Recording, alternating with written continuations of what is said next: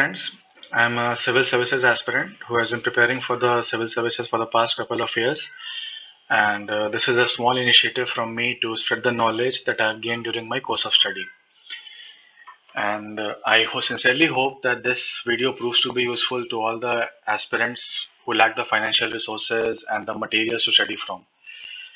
So, this material is a mix of all the sources from Chanakya IAS Academy to Rao's IAS Academy, Crown's general knowledge, NCERT, my own history optional subject, and numerous other books that I have come across during my course of study.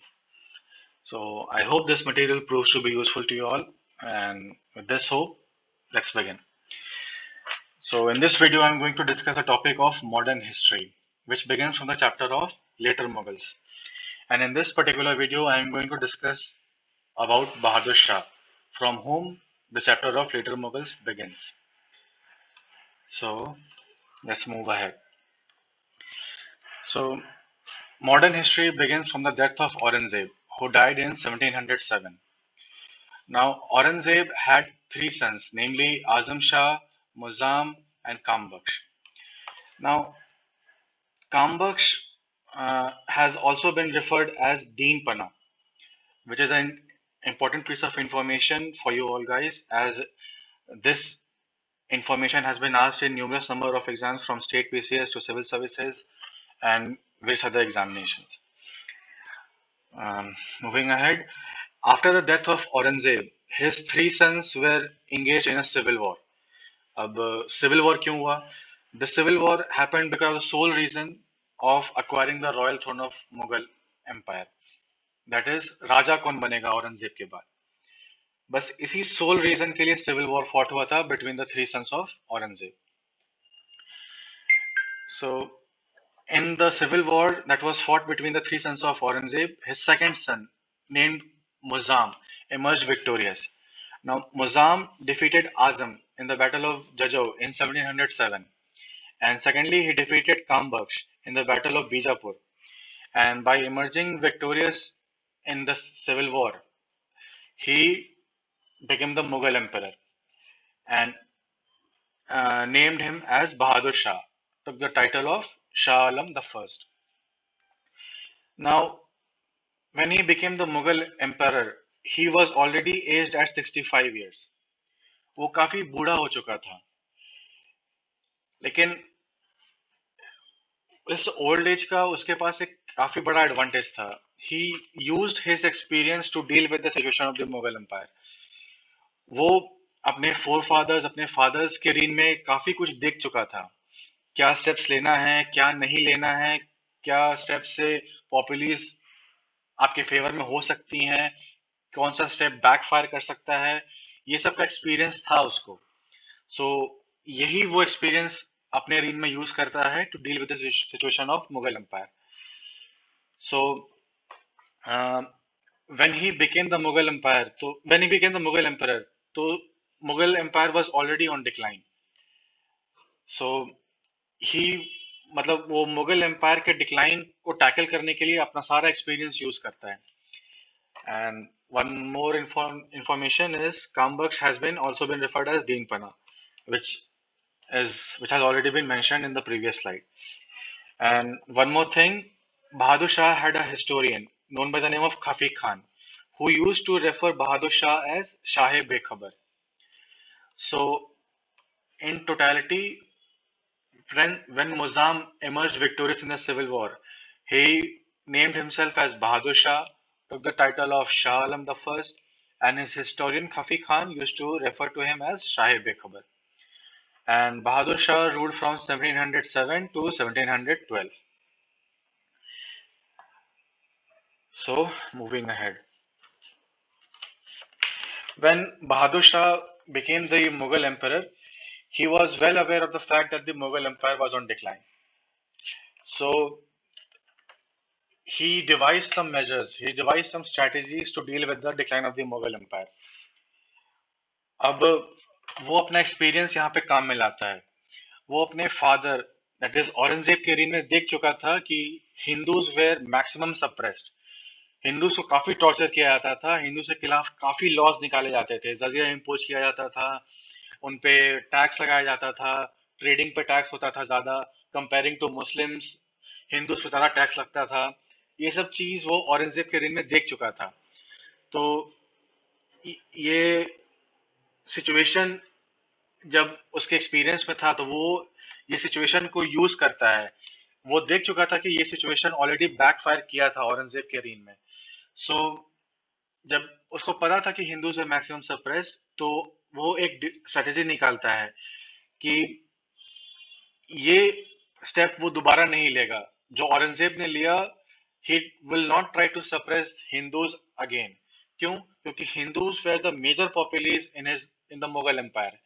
So he did not want to upset the Mughal Empire and spread hatred and uh, antagonism among this Mughal populace. So instead, he tried to win the confidence of the Hindus as they were in majority.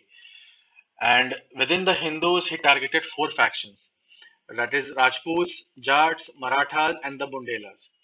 अब यही चार factions को क्यों target किया? ये चार factions को target इसलिए किया क्योंकि ये चार फैक्शंस ऐसे थे जो काफी मिलिटेंट थे, काफी रिबेलियस थे।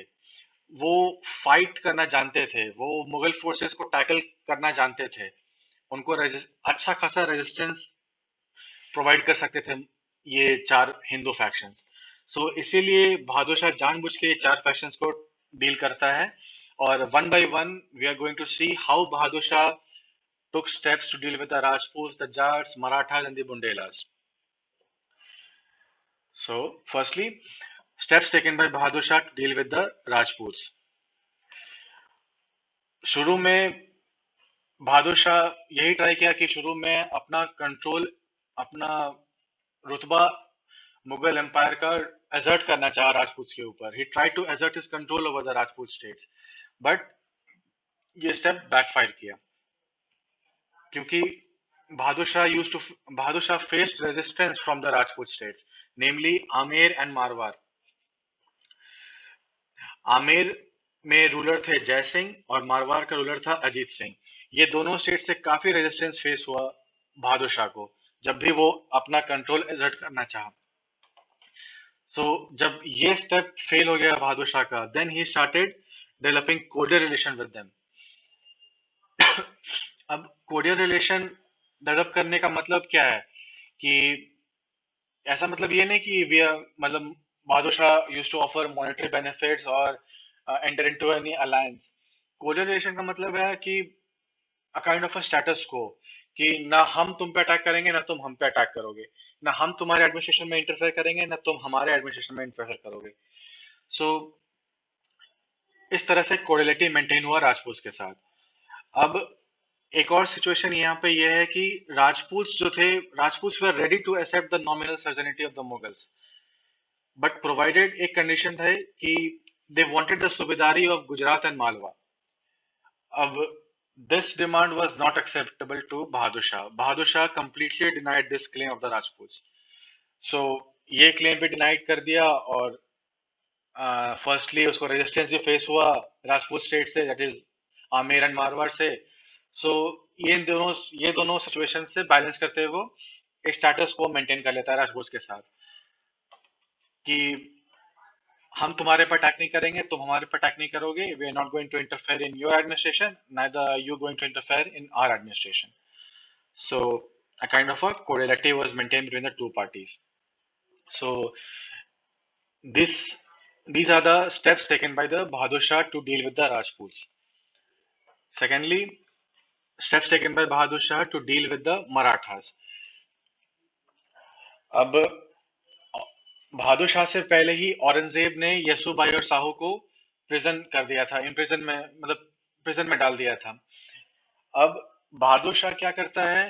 बहादुर Shah release Yesubai and Sahu from the prison. मतलब वो ये दिखाने की कोशिश करता है कि I am general I am a generous Mughal emperor who is showing kind-heartedness and sympathy towards the Marathas and thereby offering a deal of cordiality with the Marathas. वो ये मतलब अपना बड़प्पन दिखाने की कोशिश करता है कि वो यसुबाई और साहू को रिलीज कर दिया, बट यहाँ पे भी वो एक ट्रिक खेल देता है। ट्रिक ये होता है कि Bahadur Shah did not give recognition to Sahu as the king of Marathas. जब साहू और यसुबाई जेल में थे तो मराठास को रूल करा था शिवाजी टू, क्योंकि उस समय कोई किंग नहीं था तो सिर्फ शिवाजी टू ही था, वही रूल कर रहा था। अब जब साहू और यसुबाई रिलीज हो गए, लेकिन साहू को रिकॉग्निशन नहीं मिला था कि वो साहू ही किंग बनेगा मराठास का। तो एज अ रिजल्ट क्या हुआ, the began a civil war between Sahu and Shivaji कि कौन किंग बनता है मराठास का। तो बहादुर शाह का एक सोल मोटिव था कि मराठास को इंटरनली क्रिपल करना, इंटरनली वीक करना, ताकि मुगल फोर्सेस उनके ऊपर कैप्चर कर सकें। सो ये स्टेप बहादुर शाह का सक्सेसफुल रहा। शिवाजी सेकंड और साहू के बीच में सिविल वॉर होता है, लेकिन ये सिविल वॉर से मराठास क्रिपल नहीं होते हैं। धीरे धीरे मराठास कंसोलिडेट कर लेते हैं और मराठास एक कंसोलिडेटिंग पोजीशन में आ जाते हैं। और after getting into a consolidating position, Marathas started demanding chauth and sardeshmukhi in the Deccani provinces of the Mughals. अब बहादुर शाह यहाँ पे अपना जो उसको एडवांटेज मिला था by releasing Yesubai and Sahu and not recognising Sahu as a king of Marathas, वो यहाँ पे वो लूज कर देता है, क्योंकि मराठास ऑलरेडी कंसोलिडेट कर चुके हैं and they were in the commanding position. So Marathas being in the commanding position, they started demanding Chauth and Sardeshmukhi in the Deccan provinces. So Bahadur Shah did not accept this demand, but only granted the permission of Sardeshmukhi in the Deccan provinces of the Mughals. So this is how Bahadur Shah deals with the Marathas. So this is the story of uh, the Bahadur Shah dealing with the Marathas. Moving ahead, thirdly, the steps taken by Bahadur Shah to deal with the Bundelas. Now, Bundelas had a chief called Chhatrasal. Chhatrasal Aurangzeb के समय में काफी suppress किया गया था औरंगजेब द्वारा, मतलब काफी उसको इम्प्रिजन में रखा गया था, काफी उस पर टॉर्चर होते थे, वो काफी सप्रेस था औरंगजेब के रीन में। लेकिन जब औरंगजेब पास्ट अवे, वो रिवोल्टी बन जाता है। तो इस सिचुएशन से कैसे डील करता है Bahadur Shah? Bahadur Shah established peace with छत्रसल। वो इस तरह का अलायंस बनाता है छत्रसल के साथ कि छत्रसल became a फेडरेटरी of Bahadur Shah. वो लॉयल हो जाता है मुगल मुगल फोर्सेस के लिए। और सेकेंडली, बहादुर शाह चूरामन के साथ भी एक पीस डील स्टैब्लिश कर लेता है। चूरामन जाट लीडर था, उसके साथ भी एक पीस डील स्टैब्लिश कर लेता है। अब ये पीस डील का क्या एविडेंस है कि ये पीस डील हुआ था? ये एविडेंस रिफ्लेक्ट होता है from the event when Churaman, the Jat leader, used to side with the Mughal forces in the campaign against the Sikh forces. So इससे ये साबित होता है कि चूरामन मुगल फोर्सेस के साइड था, मतलब दोनों में अलायंस हो चुका था। सो इस तरह से बहादुर शाह ने बुंडेलास के साथ डील किया। These were the steps taken by the Bahadur Shah to deal with the Bundelas. And lastly, the steps taken by Bahadur Shah to deal with the Sikhs. अब बहादुर शाह के पहले हिज फादर औरंगजेब के समय ही सिक्स के last गुरु थे गुरु गोबिंद सिंह। गुरु गोबिंद सिंह के sons को औरंगजेब ने मरवा दिया था, मर्सीलेसली, मतलब ब्रूटली मरवा दिया था। तो गुरु गोबिंद सिंह इससे काफी हर्ट हुए थे और वो औरंगजेब से मिलना चाहते थे। सो बट इस समय औरंगजेब डेक्कन में कैंप कर रहा था to conquer Vijayanagar and Bijapur kingdom. वो डेक्कन में काफी समय से कैंप कर रहा था, तो इसीलिए गुरु Gobind Singh was moving towards the Deccan to meet Aurangzeb to discuss with him. So uh, Guru Gobind Singh was moving towards Deccan to meet Aurangzeb, but Aurangzeb से मिलने से पहले ही गुरु गोबिंद सिंह अनसक्सेसफुल हो जाते हैं। क्यों? क्योंकि Aurangzeb died in 1707 before Guru Gobind Singh could meet him. तो औरंगजेब के बाद बहादुर शाह मुगल एम्परर बनता है। Hence Guru Gobind Singh thought of meeting Bahadur Shah, and when Bahadur Shah came to know that Guru Gobind Singh has been trying to meet him, Bahadur Shah welcomes Guru Gobind Singh warmly to the Mughal services and allotted him a rank of 5,000 mansabs. And after this event, Guru Gobind Singh died in 1708. Now, after Guru Gobind Singh, it was Banda Bahadur, also known by the name of Lakshman Dev, who revolted against the Mughal forces in the area between Satluj and Yamuna. And this area between Satluj and Yamuna became a disturbed zone. Obvious है क्योंकि revolt कर देगा काफी सारे तो obvious सी बात है disturbed zone बन जाएगा. So in this disturbed zone only शुरुआत में ही मुगल एम्परर एंटर करता है. मतलब Bahadur Shah in the beginning itself only he himself into the disturbed zone. अब उस समय मुगल एम्परर किसी जोन में एंटर करता मतलब बहुत बड़ी बात होती है. मुगल फोर्सेस जब कभी भी मूव करता था उसके साथ लैक्स एंड लैक्स की नंबर्स में फोर्सेस होती थी, कैवेलरी होते थे, सोल्जर्स होते थे. सो व्हेन बहादुर शाह शुरुआत में ही entered into the disturb zone of area between Sutlej and Yamuna. So सोच सकते हो कि उस समय वो कितना बड़ा स्टेप लिया Bahadur Shah. And by taking this step, he captured the Lohgarh fort in 1708. अब लोहगढ़ फोर्ट का क्या स्टोरी है? Lohgarh fort was built by Guru Gobind Singh, and Lohgarh fort was used by Banda Bahadur as a military base or his headquarter. But Bahadur Shah, by moving into the disturbed zone, he captured the Lohgarh fort in 1708. But इसका मतलब ये नहीं है कि six और Mughals के बीच में fight and हो गया. Fights between the Sikhs and the Mughals continued for a long period of time, even after this event also. And in one of the event in 1702, one of the skirmishes, be it a revolt or a suppression, Bahadur Shah was killed. And after the death of Bahadur Shah, Sikh forces again under Banda Bahadur recaptured the Lohgarh fort. So this is the story behind how the Bahadur Shah used to deal with the Sikhs. So these are all the life events of Bahadur Shah.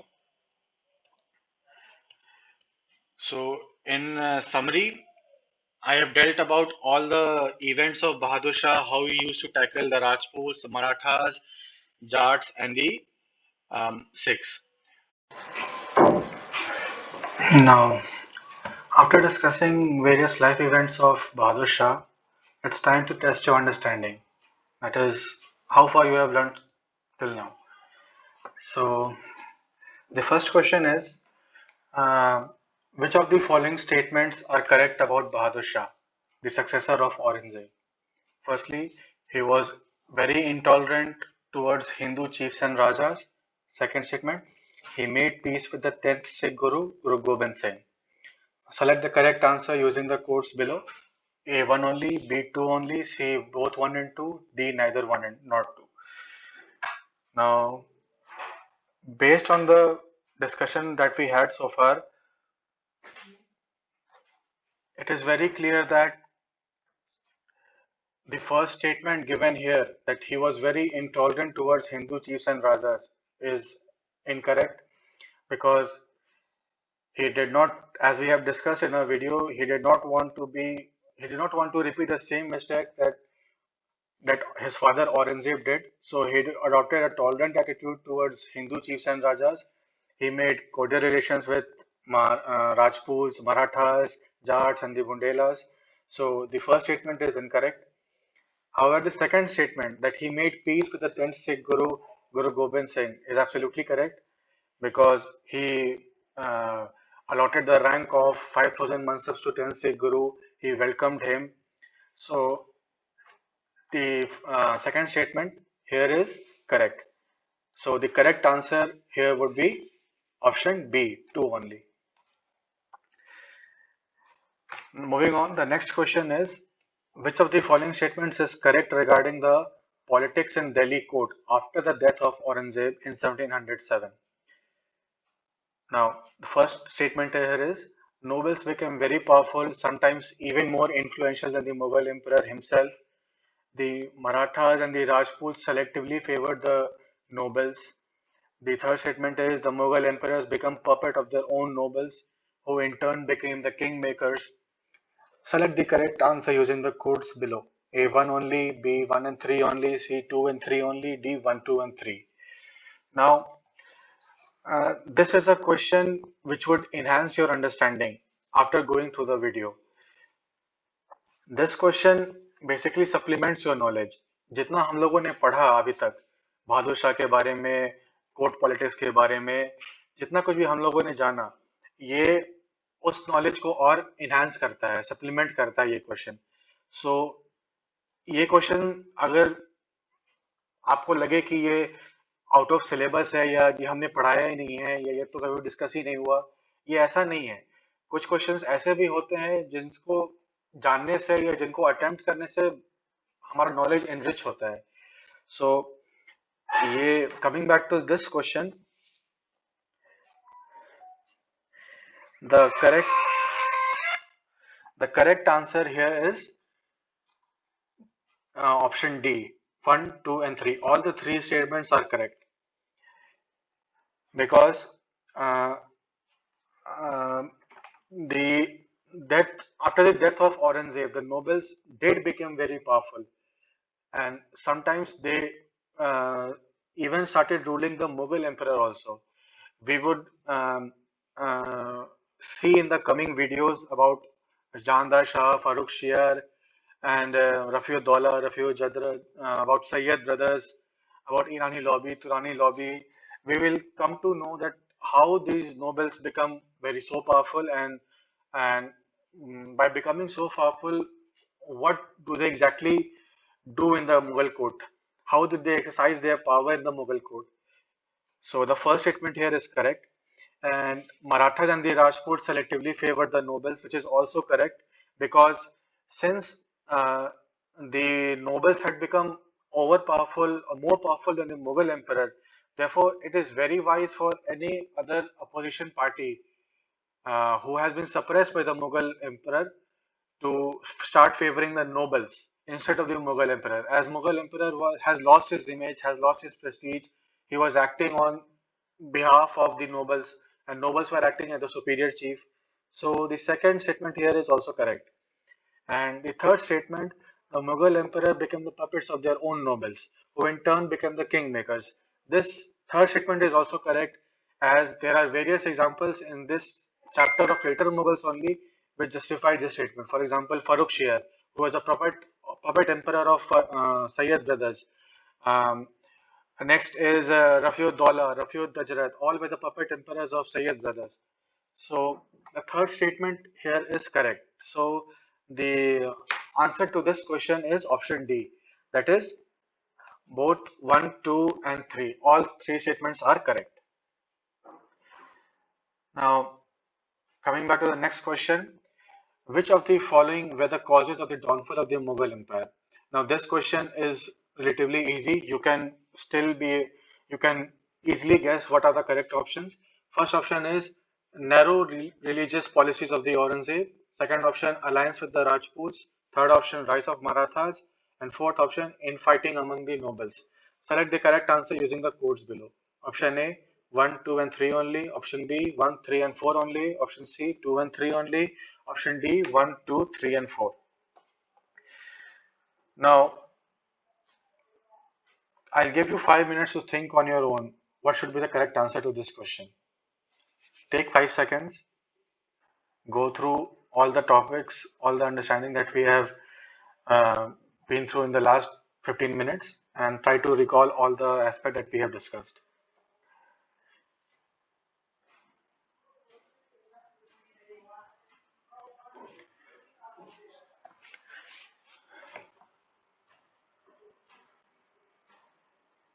Now, I am sure that most of you have guessed the correct answer. So, by looking at the above given statements, one can easily remove option 2 as as alliance with the Rajputs was never a cause of decline of the Mughal Empire. So by eliminating alliance of the Rajputs, one can rule out option A, option C, and option D. So one is only left with option B, which is the correct answer. That is 1, 3, and 4. That is, the narrow religious policies of Aurangzeb was responsible for the decline of the Mughal Empire. The rise of the Marathas was also responsible for the decline of the Mughal Empire, and the infighting among the nobles has also been responsible for the decline of the Mughal Empire. The narrow religious policies was responsible for the suppression of the Hindus during the reign of Aurangzeb. The rise of the Marathas played a major role in the decline of the Mughal Empire as they kept demanding Chauth and Sardesh Mukhi in the Deccani provinces of the Mughals. They frequently raided many provinces of the Mughals, and infighting among the nobles was also a major cause, as various lobbies like Sayyid brothers, Sheikh Zada lobby, the Turani lobby, all were in the quest of toppling each other. So all these three statements are correct. So the correct answer of this question is option B, that is 1, 3, and 4. Now, coming to the last question, consider the following statement. Azam was the son of Aurangzeb and Dilras Banu Begum. Statement 2. Bahadur Shah did not accept the demand of Rajputs. Still, he was able to maintain cordiality with them. Statement 3. Chhatrisal was a Jat leader and Churaman was a Bundela who turned revolty after the death of Aurangzeb. Which of these statements given above is or are incorrect? Now you have to read the question very carefully, as in this question, it is asked to identify the incorrect statement. So please read the above statement carefully once, twice, thrice, even thrice to arrive at a correct conclusion. So take a minute, go through the above statements, and I'm sure you will arrive at a correct answer.